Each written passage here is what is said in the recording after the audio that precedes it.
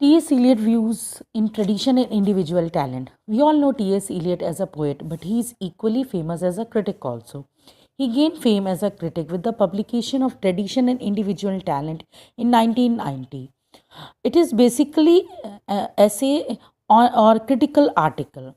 This essay can be regarded as an unofficial manifesto of Eliot's critical creed because it contains all those critical principles and ideology from which he has derived his criticism. This book formed the base of Eliot's career as a critic, and further, he became a great critic. Though his influence is not as much in the postmodern era with the rise of many new critics in 20th century, but his influence cannot be ignored. The essay Tradition and Individual Talent is Eliot's critical creed, and these principles are the basis of all his further criticism. The essay is divided into three parts. The first part gives us Eliot concept of tradition, and in the second part there is a development of Eliot's theory of the impersonality of the poetry. The third part is short, in which he has discussed the nature of a conclusion or the summing up of a whole discussion. In the essay, Eliot has opined that the word tradition is generally regarded as a term of censor, as believed by many, but it sounds disagreeable to the English ears. It is so because when the English praise a poet, they praise him for those aspects of his work which are individual and original, because his chief merits lies in these parts. This reflects that English stress on individuality, which is a proof of their uncritical turn of mind. But this indicates that they praise poet for wrong thing also. Because if they examine the matter critically without being biased, then they will find that the best and the most individual part of a poet's work which shows the maximum influence of the writer of the past. This ideology brings Eliot to a consideration of value and significance of tradition.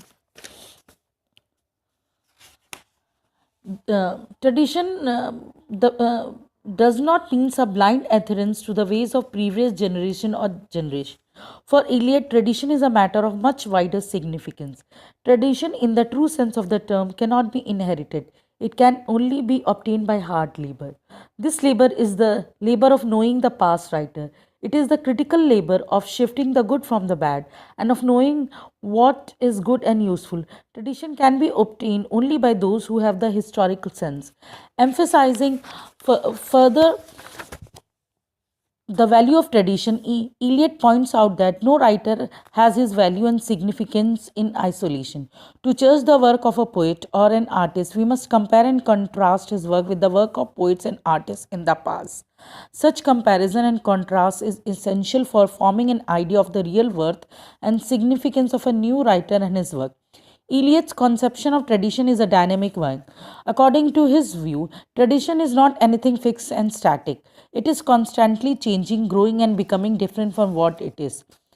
The work of a poet in the present is to be compared and contrast with the work of the past and judged by the standard of the past. But this judgment does not mean determining good or bad. This does not mean deciding whether the present work is better or worse than the work of past. An author in the present is certainly not to be judged by the principle and standard of the past. The comparison is to be made for knowing all the fact about the new work of art. The comparison is made for the purpose of analysis and for the forming of a better understanding of the new. Eliot now explained further what he means by a sense of tradition.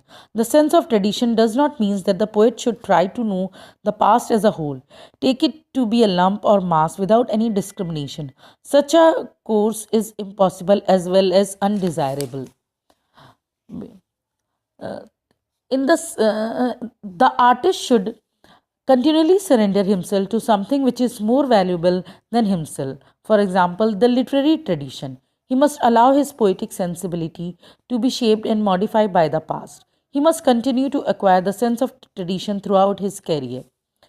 In the second part of the essay, Eliot develops further his theory of the impersonality of poetry. He compares the mind of the poet to a catalyst and the process of poetic creation to the process of a chemical reaction. Just as chemical reactions take place in the presence of a catalyst alone, so also the poet mind is the catalyst agent for combining different emotion into something new. Eliot's next compare the poet's mind to a jar or receptacle in which are stored numberless feelings, emotion, etc., which remains there in an unorganized and chaotic form till all the principle which can be unite to form a new compound are present together. Thus, poetry is organization rather than inspiration. In the end, Eliot does not deny personality or emotion to the poet only.